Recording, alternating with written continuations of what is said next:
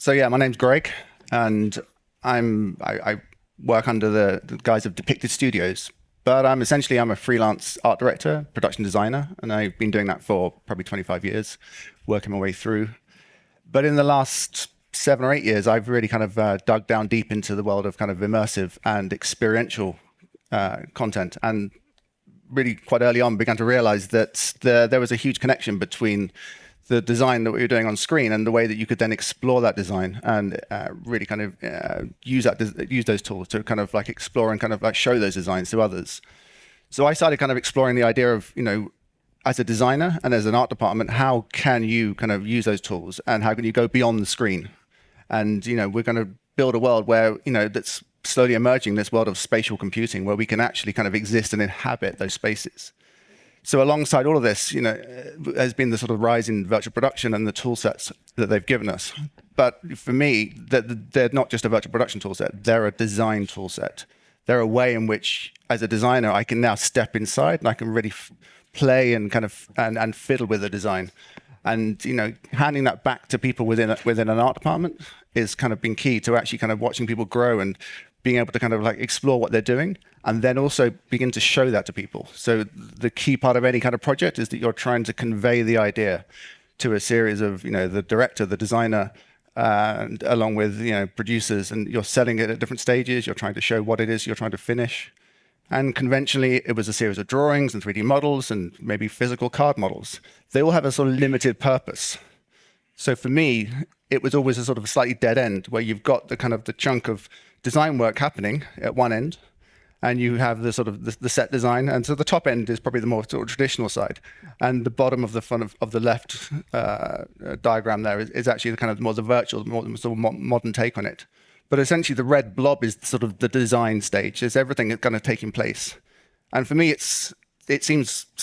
that doesn't seem quite right that they're not quite as connected as they could be, because the skills that already exist within an art department in the skills of designing and drawing and modeling are already a pretty high standard. And most of those skills are then used to send stuff back in terms of drawings to kind of get people to build stuff and also to kind of describe that. So, the visualization part is the sort of the key first stage.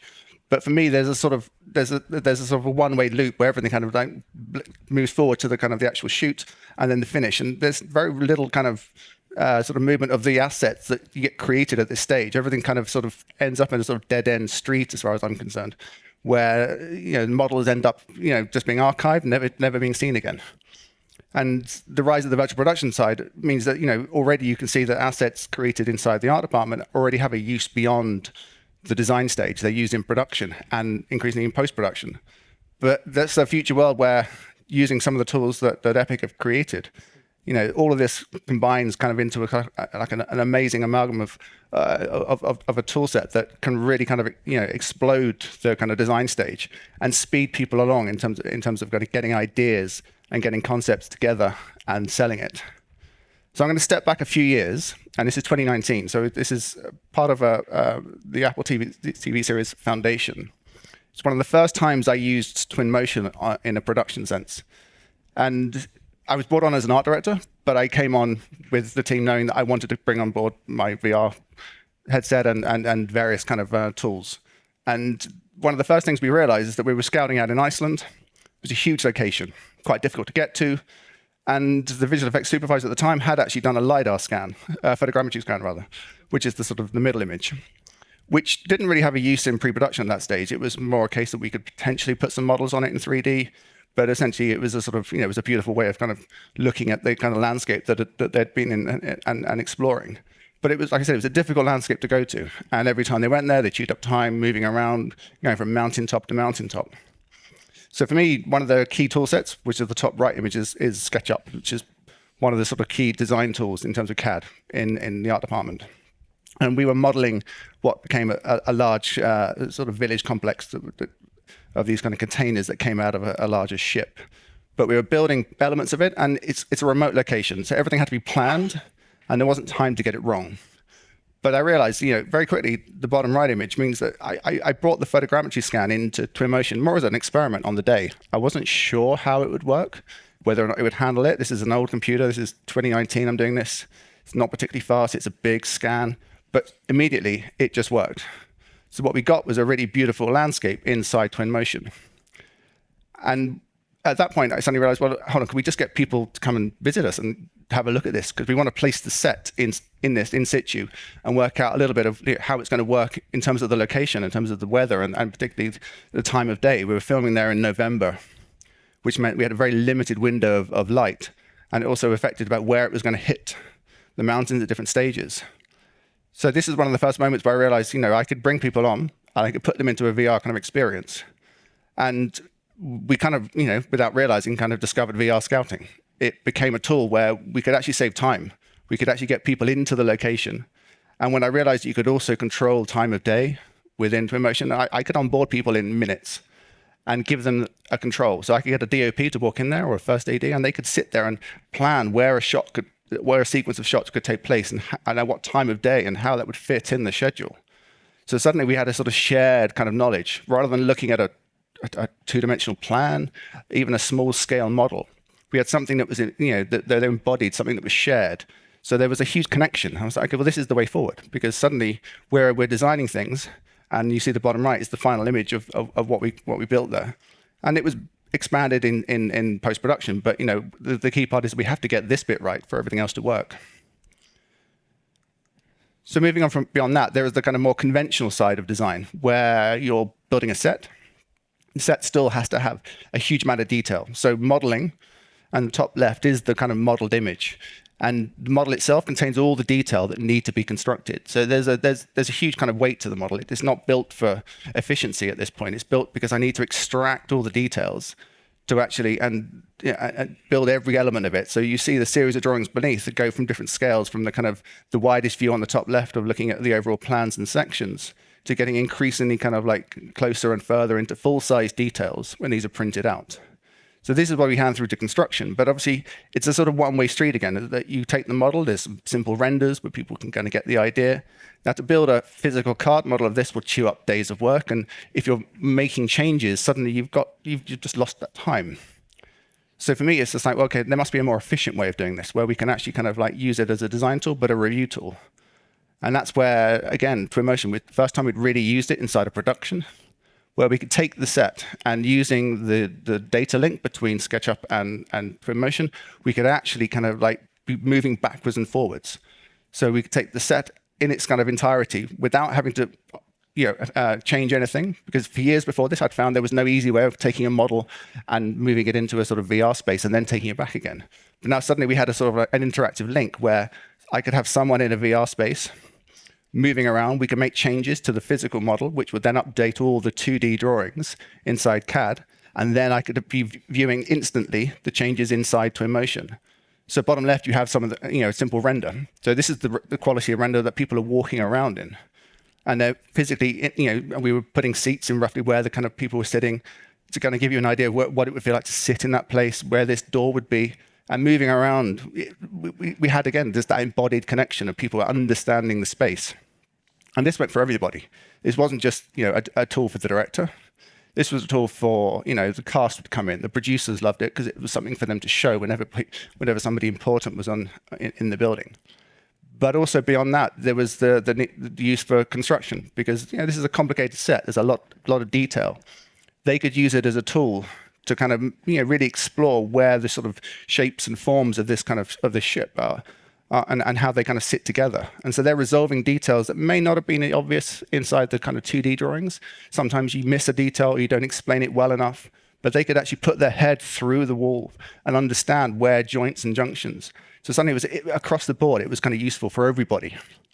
So all of this is kind of sort of predating a little bit of the kind of like the burgeoning kind of virtual production side. This is 2019 we're doing this.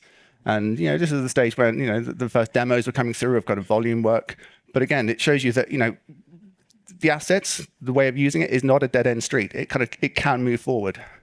So this is where I think things should be going, in that you've kind of got design now. You've got elements of the actual kind of design process where you're looking at locations and you're scanning, you're blocking stuff out. These are all kind of existing kind of processes.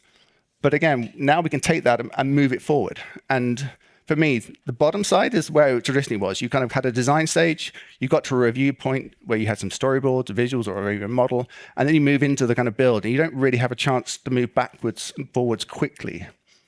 So for me, the refinement and adjustment side of this now becomes just the most exciting part, because we can kind of change things quickly, and we can actually really use some of the tools. So within that refinement stage, we've got all the sort of, technical and stunt and post-vis work that we want to kind of explore. So let's explore it now. Let's explore it at this stage rather than waiting until we've kind of started to build a set. And then using the tool sets that exist. So inside Twinmotion, we've got simple VR. Plug and play doesn't seem to have any issue whatsoever. Then I moved into using some of the kind of virtual production tool sets where you have full VR scouting, VCam.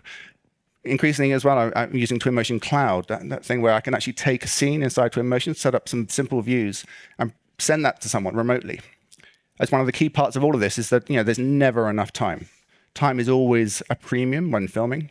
So you're always trying to find ways to kind of grab someone. And quite often when they do want to see you, it's always the wrong moment where you're not quite ready to show things. But if I can send someone a link and they can be looking at a 3D scene, and anyone who's been in any kind of video game can explore it now. So I can share it. So all of these mean that I get a very kind of clear process when we start building and start moving forward into kind of, even the virtual side and post-production. We've got everyone on board. Everyone kind of understands what it is they're doing. So again, it's that connection. It's the embodiment of everybody getting inside the space and really, really beginning to understand it. And key as part of that is the kind of transfer of data, and Datasmith being that kind of amazing kind of tool now where I can actually take stuff and move it backwards and forwards from the design to the CAD package. And I don't need everybody to be completely kind of like coherent with Unreal. I can have people who just learn a bit of Twinmotion. It's a nice stepping stone. I can have someone who's a bit of a generalist in Unreal who can kind of use some of the virtual production tool sets. And then I still have my kind of larger part of the department that are still kind of the set designers who are still drawing and detailing and sending those drawings back into the construction stage. So I'm going to run through some recent projects where we've kind of used all these elements at different stages and for different reasons. First one is going to be True Detective. So this, if you've seen the last series, HBO, this was all set in Alaska. Of course, they didn't want to shoot it in Alaska. They did go there. It was too remote. They couldn't conceivably kind of manage a production in the area and the region that they wanted to. So they settled on Iceland as a filming location. But very early on, I was brought on by the designer to actually kind of just conceive what that environment, how would we create a world where we wanted this town called Ennis, which is the sort of the backbone of the entire story is set within that. So this town was always going to be an amalgam of locations and spaces within Iceland and some other kind of some GV shots from Alaska itself, and then a mixture of kind of CG work to bring it together. But at this stage, they needed to sell it. So the director and the designer came to me and said, "Okay, can we build a world? Can we create this entire city, or entire town, into a way that we can actually show them how and where everybody lives and how it fits together?" So very quickly, I managed to model, again, just using SketchUp, just a series of assets that are based on real locations within Alaska. And the great thing here is that these assets aren't dead here because they are used later on in the process of the actual physical design for location work in Iceland. But at this stage, this is before anyone else had really started. I'm using them as an asset just to build an environment.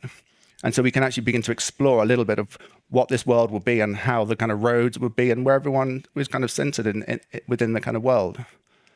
And so here we have a kind of the full view. So this was sent out primarily as a sort of an animatic, where we had then highlighted where key kind of components of the set or the location were going to be, and in terms of people's houses.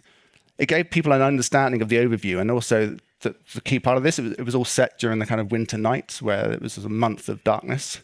And it gave a little bit of the kind of, the feeling of the sort of mountains, the sort of landscape. This just meant we could play with this endlessly. And we could also step inside it and get an idea of how streets could begin to look. So, like I said, primarily it was a 2D animatic sent out to lots of people just to understand it, but also using it within VR to really kind of step people back into it and think about, is it going to match a location? Is this going to work within an existing space within Iceland?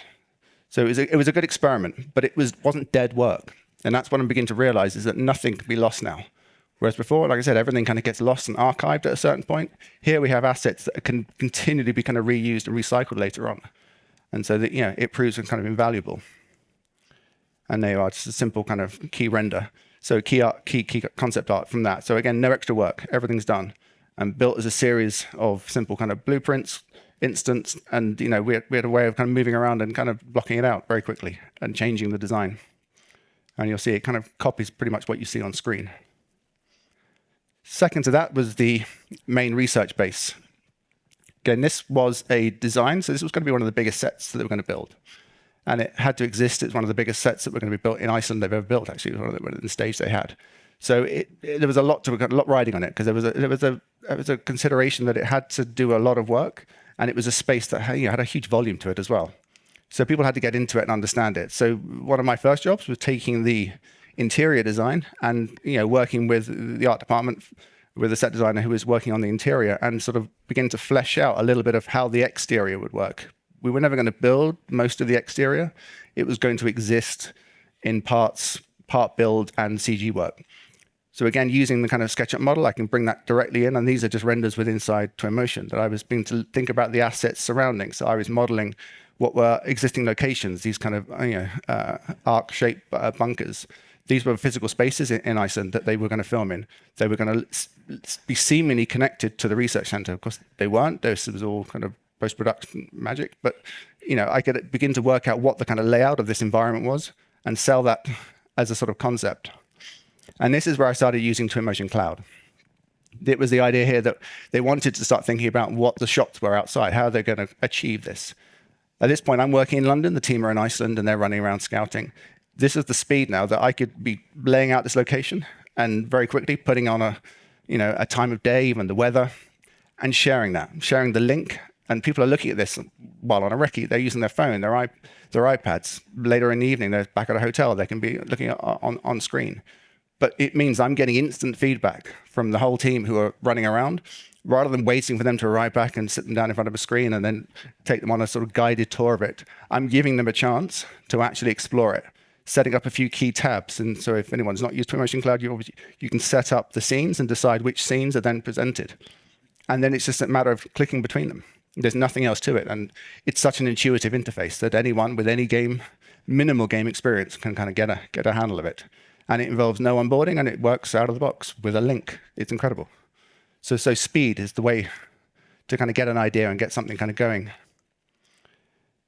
This is the same for the interior. So like I said, so the interior came to me as a sort of more or less complete set with the main set designer, art director working on this. But it was my job to really turn that, which was the sort of core SketchUp model, into an environment that we could actually kind of present. And we knew we were going to kind of do this in a variety of ways, that we wanted to explore it in VR, but we also wanted just to show people as well, get an idea of the scale. So this is really about one of the key aspects of what I'm trying to teach people in drawing terms, that everyone has their own kind of sort of style, depending on which package they're using. So SketchUp here, Rhino is very common, but everybody organizes their projects a little bit differently. Here I'm trying to teach people just to kind of like group things, name things sensibly, because it saves a lot of time later on. And it means that the kind of movement between to and fro, kind of Unreal and Datasmith, or updating, can happen much quicker. So I'm taking the base scene, doing a little bit of cleanup on the model, and then taking kind of assets that they found as props, finding textures, the floor. They've sent me samples, photographic samples of that. I built them into simple tiling textures. So we get something that stands up as a sort of like a fully realized version of what this space is going to look like. And here, this is just a simple view where I've sent this and someone's just been walking through. I'm just screen recording them. And it's a great kind of chance for someone to explore it remotely, or even and just by themselves. I don't need to be kind of sitting there with them and babysitting their kind of experience. And we get instant feedback. And like I said, at this stage, I don't need to be completely photoreal. It's got enough detail in it, and everyone gets an idea of what's going on. And at this point, we're changing things. We're changing positions of doors, slight change of width of corridors, things that actually matter in terms of the scene, in terms of the story. So as a tool for the director, it was incredible, because she could come back and spend time and say, look, let's change this, let's move this around, let's change the position of this. And this means that these decisions aren't, which can conventionally happening much later in the process, when you're in the middle of building stuff, when people have finally begun to understand what the scale of this is. So it's kind of it's an improvement on efficiency and gives everyone just the knowledge that things are happening and the expectations within the art department are matched, and everybody's kind of moving forward in the right way. One of the last things I did on this was the ice tunnels.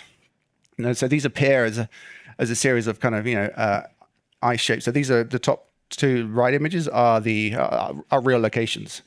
They exist in Iceland, but they're just not practical or safe to film in, and didn't really have the scale and fit the kind of story requirements. So it had to be a build, but it needed to be something. It's an organic space. It needed to have kind of quite a bit of story depth to it in terms of the journey, and it was on multiple levels where people were falling through spaces. So I spent quite a bit of time just using, and again, this is what my kind of workflow now is actually starting in Unreal and just blocking stuff out. Using kind of simple kind of assets, either Megascan, simple assets from the market store, and using them as kind of building blocks to kind of block out the ice tunnel.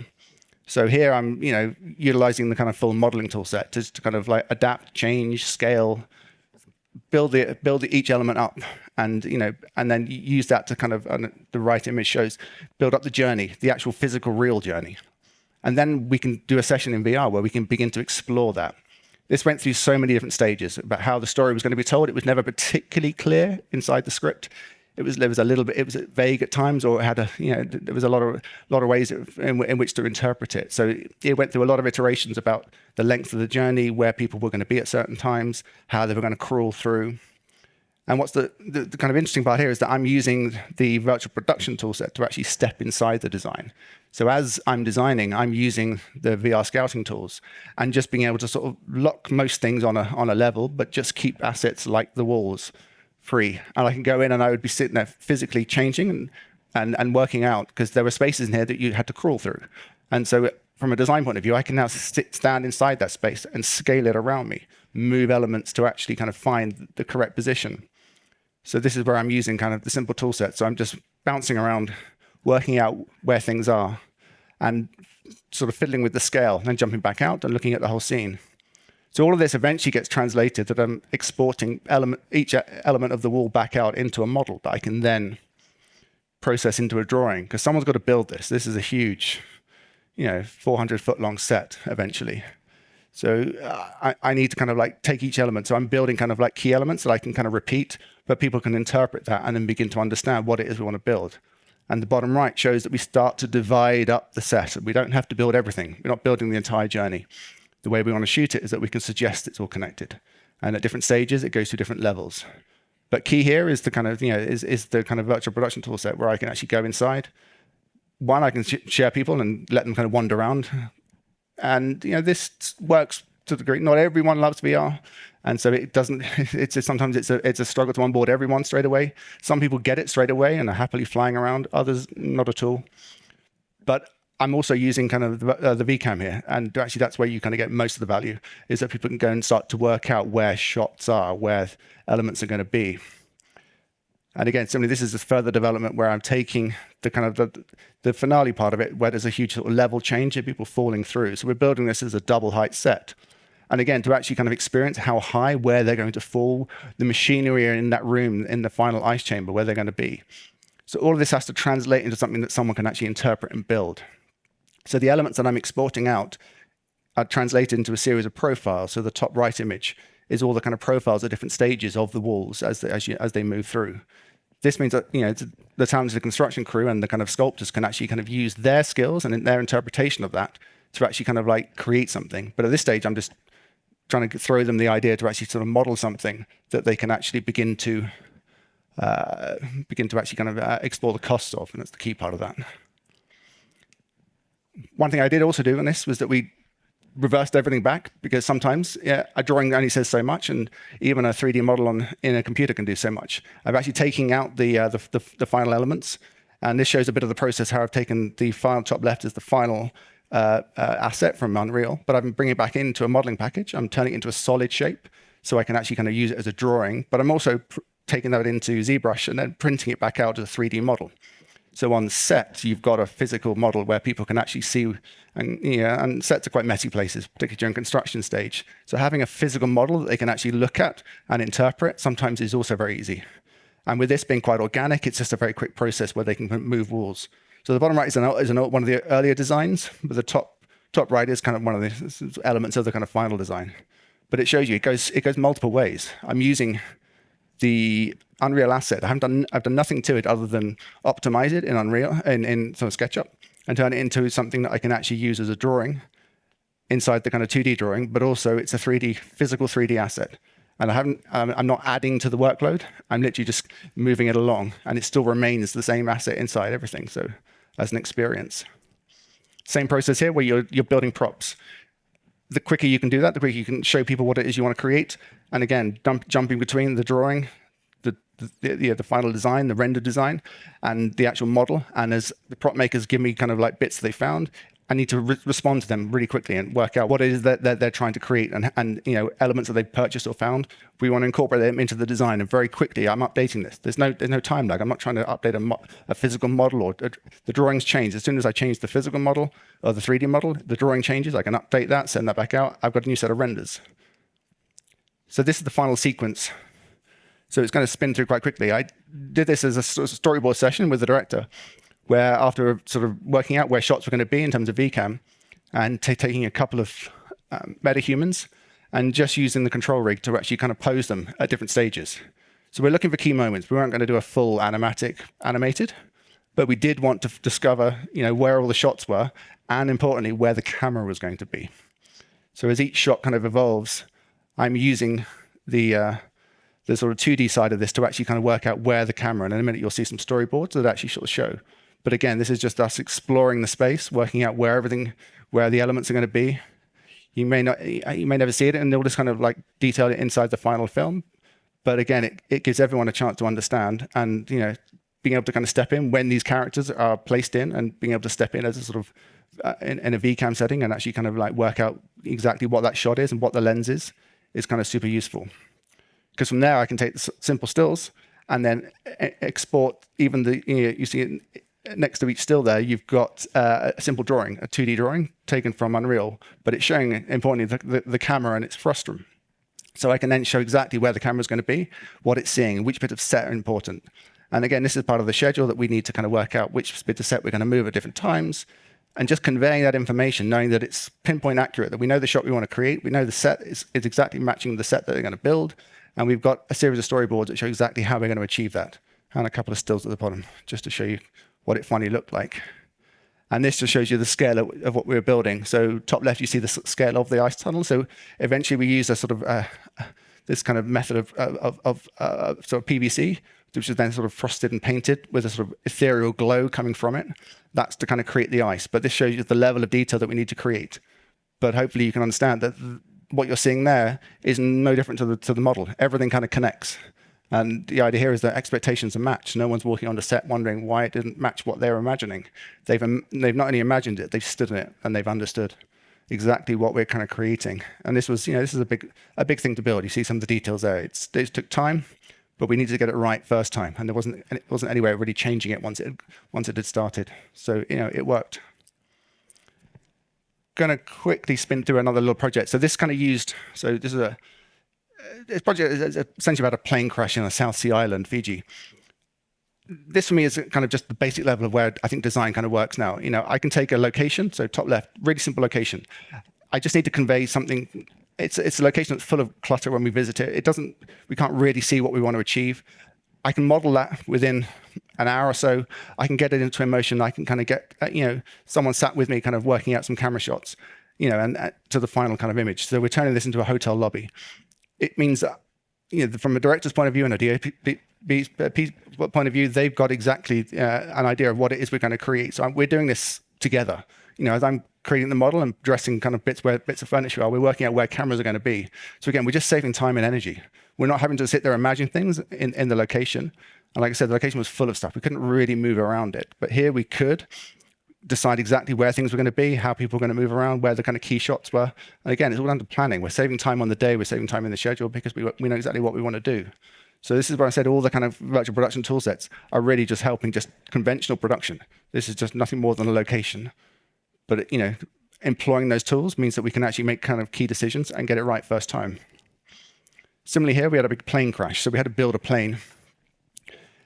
And here, this is a bit of the process where I show sort of end to end, where the asset that we built for the interior and for the exterior became a sort of post-production asset, as well as the kind of design asset, as well as a sort of pre-production asset to actually explore. So this is the interior design based on a series of existing. It's an existing plane, 30-odd people, twin prop type plane that crashes. But again, it's a made up design because we want to kind of change the position of wings and propellers to make it kind of fit the story. This is the simple design work that I'm blocking out. So quite often this would be where we got it to before, at design. But here we are. I'm straight into a scouting session and a storyboard session. So while I'm looking at the model, I've got a director running around in VR, working out exactly, deciding where they want to put in the head, where they want to shot. We're thinking about where cameras can be. We're changing positions, the widths between the chairs, really working out. And then we very quickly can go into a simple storyboard session and actually, hey, well, okay, you know roughly where you want to be now, having stood in it. Now we can start placing cameras more accurately and work out exactly what it is we want to achieve. So again, an ambitious shoot, and one that we can actually kind of achieve and pull off without any complications. Similarly here, we've got drawings through to kind of more conventional kind of renderings. But again, it shows you the level of detail. But once we've kind of understood this is the space, it works. We know what's moving and what's floating and what in terms of set pieces. So we understand what we need to kind of create as a set that can be floated out. So sections can move easily. Again, this is about time and efficiency. Once we built the plane, and it's a series of existing components, but we need to know, what is lighting, how we're going to achieve the kind of built-in lighting. That was all imagined inside the Twinmotion model. We can work out exactly which seats, which panels we can move at any given time, and it means that the shoot moves sort of speedily through its day. And then here we're doing something a bit different. The project wasn't a particularly high budget thing, but we had to kind of conceive a plane crash. Now with a bit of kind of camera magic and also a bit of sort of technical viz, we wanted to understand that we want to make it believable that this plane had crashed and was on its side. So this is just my photo from the bottom right, from the actual kind of from the set once we dressed it. But showing and trying to convince people that this was the only way that we could afford to do was essentially a lot of dutching of cameras in terms of their angle, placing, sort of judicious placing of kind of wired air masks, so they're all kind of wired into their kind of position away from the horizontal. So when you kind of look at this, it all feels a little bit disjointed and on its side. It wasn't, it was just the stage set surrounded by trees and foliage. But again, this is a part of the planning, and also part of this, we're working out positions of cameras at the technical viz side, where we could actually get a crane shot and actually work out, and I can get the grip inside here and actually work out where this, and it was quite a big Scorpion crane, which is, wanted to extend the full length for this one shot. It involved some complications because it didn't always fit exactly where we wanted to, but it meant that we were spending time solving those problems in the 3D model stage and not on the shoot day. Again, this is fun, where we actually also, we're filming this in Greece, confusingly, not in Fiji. But it also meant we're working with international crews, and then we also need to create a fire. So the crash set also has to then be burst into flames. This is something that we wanted to kind of, spend some time envisioning where and how this was going to work. International crews, working in many languages, you need to, and this is fire on set, and it's a massive safety concern. And here we have a confined set where we're trying to work out exactly how and where. But I'm conceiving this within the model. It just means that we go through to the end where we actually know exactly where everything's going to be. Nobody's surprised. Nobody's kind of shocked on the scale. So everybody's signed off on it and knows that we get 100% safe set, which is another kind of just extra bonus of how we're going to achieve everything. Again, like I said, we were filming this in northern Greece. It wasn't an island. We were on the mainland, and we were using a series of locations to create the crash island. But for me, this was a great chance to use some of the kind of landscaping tools and foliage tools to kind of build up. So as we were scouting, I was using that as a tool to using the modeling tools to begin to understand what this island was, how we were going to use our disparate locations and how they were going to fit together. So this is a bit of world building. But what important part here is that a lot of these assets did eventually go through into sort of a post-production pipeline and were used as part of map paintings at the end. So these, again, weren't wasted. But the key thing here is that it also meant they were quite dynamic, just using kind of the blueprint spline method of actually building and shaping the landscape. It means that we could respond really quickly to ideas as they evolved and thinking about the kind of scale and the shape of the island and where people were going to be at certain times. And planning on this kind of larger kind of world building scale, is kind of key for everyone to kind of understand in terms of story time, where someone was going to be. Are they going to be on the top, around to the smaller beach, the larger beach that they've crashed? So again, making these decisions early on and actually getting everyone to understand sometimes just helps the story logic, and everyone begins to understand. And at this point, rather than building again, in old days it would have been let's build a little physical scale model. But then I'm changing this. We're changing the shape and the scale of this day by day as we kind of work out where we're going to film. And as part of that, we also wanted to build an area where we were going to kind of set up a kind of camp where people have kind of crashed. So again, using kind of traditional kind of Google Earth scans, photos, and then location photos, and then also kind of coming with some LiDAR scans of the actual kind of the bit of beach that I wanted to create. I wanted to kind of envisage a little bit of where this space was going to be and how this camp was going to sit. So again, this is a kind of like a backward process again of actually starting in Unreal to actually start to work out how to build the asset. So starting with really simple modeled assets. So top left is actually bringing those components in and using some simple Megascan bits of timber and bits to actually create the shape and discover the shape. So I can jump into VR and be building it as a sort of giant Lego set and be thinking about how someone could build this.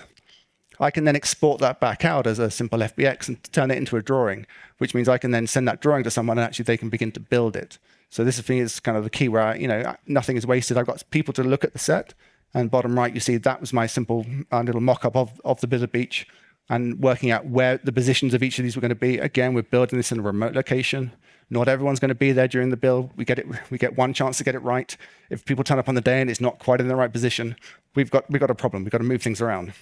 Here we can make those decisions and decide exactly, how this kind of set was going to feel and finish.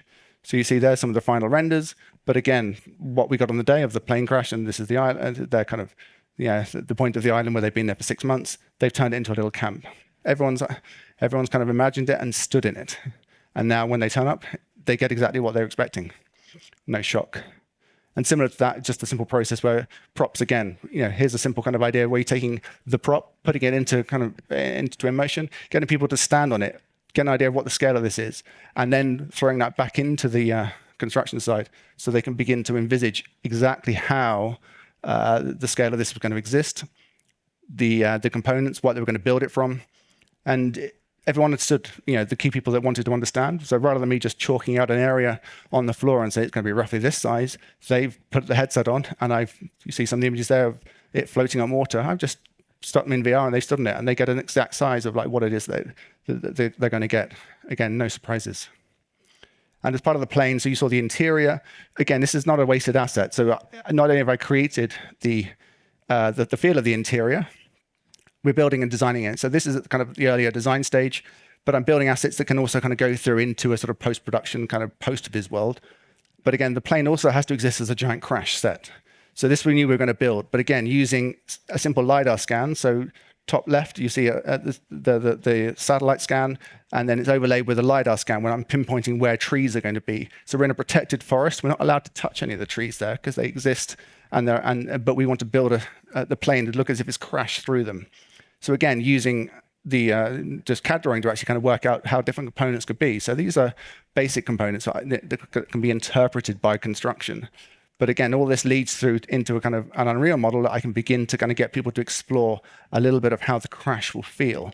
And then it show construction how we want to build this. So this is quite a big build. We want to build, and it's, like I said, it's a very remote forest location in northern Greece where we've got many complications. And we have very little time to get it in, and we have no time to get it wrong. But again, having this as a way of people to explore exactly, how this, and this is like a 4-day shoot of work, so it's quite a chunky bit of work. But it means we can build it, so everything is not wasted. So the asset you see at the beginning is then built, created. The 3D asset is used to kind of create all the elements, using it in terms of turning CNC work, physical, to kind of cut different shapes, and then it kind of creates our final set. But as key as part of that, the set also exists. The model also exists in a way that we can use it in post-vis work. So this is some very early stuff where we were on location trying to work out where some of the kind of stock backgrounds were going to exist and how we're going to cheat the runway with our plane. And this was just me messing around, saying, look, we can get stuff out, and just using a really simple EXR pipeline to export out, getting stuff into plate shots, test plate shots, just to describe at the very early stage, does it work? Is this location worth it? And let's not wait to the very end to get that. We can perfect the shot later. But at this stage, we just want to find out, does the shape work? Does it feel right? So that's it for now. Great. Thank you. Cool.